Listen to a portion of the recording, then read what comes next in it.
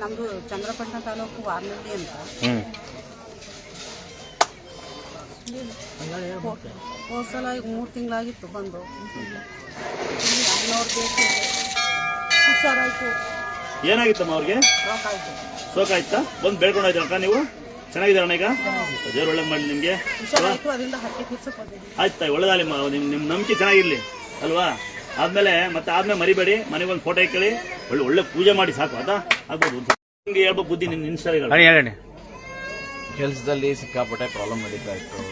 ಅಮ್ಮ ತಾಯಿ ನಾನು ಬರ್ತೀನಿ, ನನ್ನ ದರ್ಶನ ಮಾಡಕ್ಕೆ ಬರ್ತೀನಿ ಅಂತ ಬೇಡ್ಕೊಂಡೆ.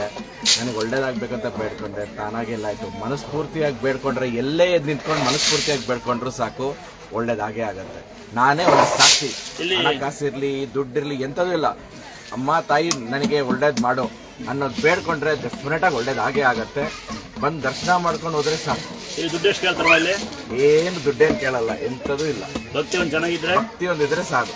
ಭಕ್ತಿಯ ಮುಕ್ತಿಗೆ ಸಾಧನ ಅಂತ ಹೇಳ್ತಾರಲ್ಲ, ಅದು ನಿಜ.